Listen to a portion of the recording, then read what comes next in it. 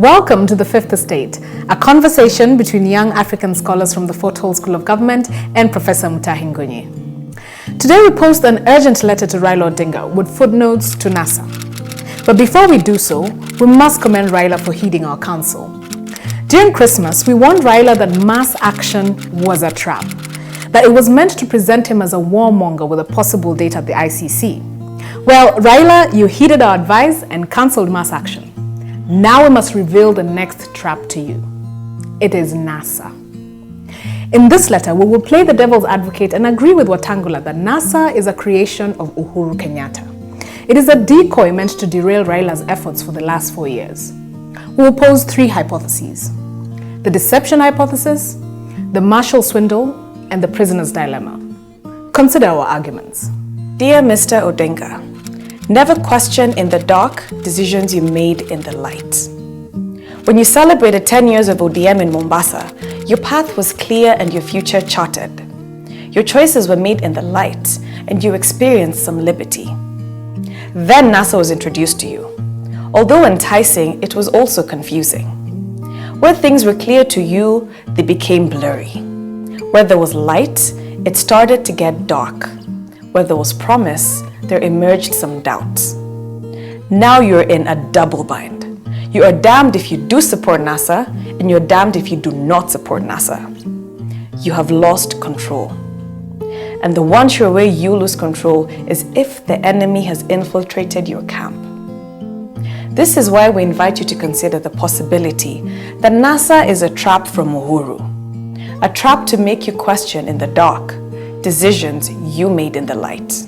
Dear NASA, addressed to Mr. Mudavadi, the coalition owner and innovator. Yours is the best creation of our time. It is obvious, it is conniving. And as Sherlock Holmes taught us, there is nothing more deceptive than an obvious strategy. However, the NASA strategy is downright naive in its obviousness. Mudavadi, the NASA owner, went missing in action for 4 years. Then 7 months to the election, after street battles and bruises, he shows up with a colorful coalition. A coalition registered in his name, financed by his sponsors and packaged for opposition to swallow. This is downright suspect. Mudavadi should be reminded of the words of one wise man who said that it is better to fail with honor than to succeed by fraud. If NASA is a government project, then it is nothing but fraud.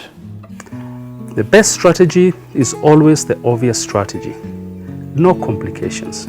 And this is so because deception is always hidden in obvious things. This is why we must question the obviousness of NASA. For starters, NASA is a deception. It is a decoy. It is an agent of confusion, in my view. And I say so because if the issue is opposition unity, why should this unity happen under NASA and not under code?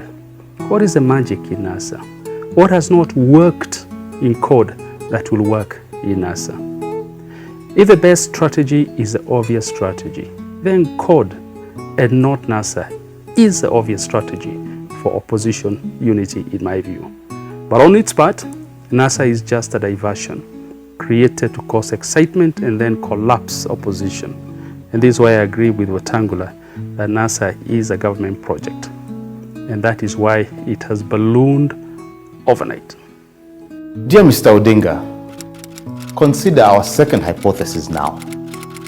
It is built around a concept known as the Marshall Swindle in chess. In 1912, the World Chess Championship was held in Poland. It was between an American known as Frank Marshall and he was playing against a Russian known as Stefan Levitsky. In this game, Frank Marshall was losing, and he was losing badly.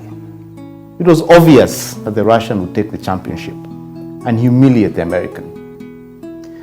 Then unexpectedly, Marshall made a blunder that sealed the game for the Russian.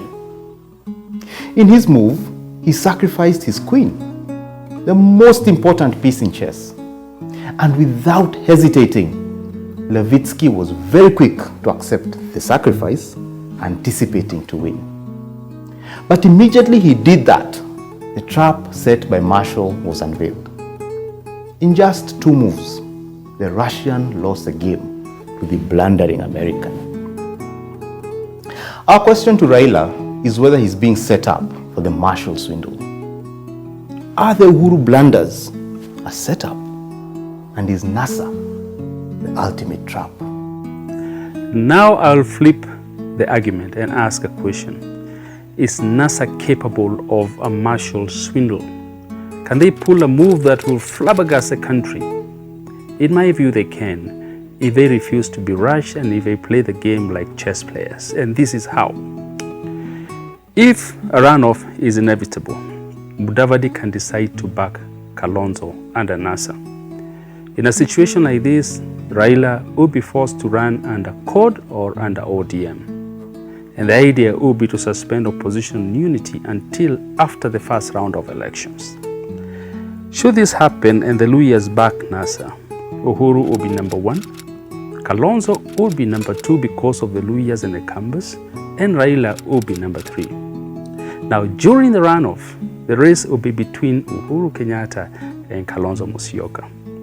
And if NASA is a government project, the intention is to achieve this exact result. That is to retire Raila fair and square. And this is because if he is number 3 because of NASA, he cannot be a candidate in a runoff. But what about the swindle? If opposition unites behind Kalonzo in the runoff, NASA could just win. And what might appear like a blunder made by Mudavadi by backing Kalonzo could just become a clever Marshall swindle. Dear Mr. Odinga, our third hypothesis is that of the prisoner's dilemma, a component of game theory. Before NASA, this dilemma did not exist. Now it is a big problem and it's probably a trap. Let me explain. This dilemma occurs when 2 suspects involved in a crime are separately questioned about their involvement. In order to reach the truth, a trap is set. They are offered a deal only if they choose to betray one another. Should they betray each other, they risk losing the offer of a good deal and serving prolonged jail terms. Raila had managed to contain Kalonzo and Wetangula for 4 years. The 3 would not have betrayed each other as they had a working formula. Then the betrayal came in the person of Mudavadi, offering NASA to everybody. The question we pose now is this: how did Mudavadi upset the equation after being absent for 4 years? Was NASA created to precipitate this dilemma of betrayal? Dear Mr. Mudavadi, owner of NASA, if NASA is supported by Uhuru, do not deny it. In fact, you should not fight the idea that NASA is a government project. After all, when Atwoli made you the Luya spokesman, he told us that Uhuru will win. In other words, NASA is Atwoli. Atwoli is Uhuru, and the rest is history. But there is a bigger picture. If the prisoner's dilemma exists and it is about betrayal, you, Mr. Mudavadi, must betray both Uhuru and Raila. And you must do it for Luya unity. NASA must therefore be a vehicle for betrayal and liberation. It must be the platform through which the Luya nation is united as the second largest tribe in Kenya. If uniting this nation will result in betraying Uhuru as the creator of NASA and confirming Raila as your illegitimate leader, so be it. The onus is on you, Mr. Mudavadi. Mudavadi is in a prisoner's dilemma, and his dilemma is not about NASA or his political career. His dilemma is about Luya unity. There has been a conspiracy historically to keep the Mulembe nation divided. This conspiracy has used a simple methodology called repetition. They have repeated the lie that Mulembe nation cannot unite. And the more they repeat this lie, the more we download it from the conscious mind to the subconscious mind. And once locked in the subconscious mind, we have taken it to be gospel truth. Now this is called conditioning. And the only time you condition the mind is to avoid a dangerous uprising. If the Mulembe nation unites, Raila will be history. And this is why the vehicle for Luhya unity, that is NASA, is a government project. They want to use it to finish Raila. The prisoner's dilemma for Mudavadi, therefore, is this. Shall he betray Raila in order to unite the Luhya? Or shall he betray the Luhya in order to maintain NASA as a government project?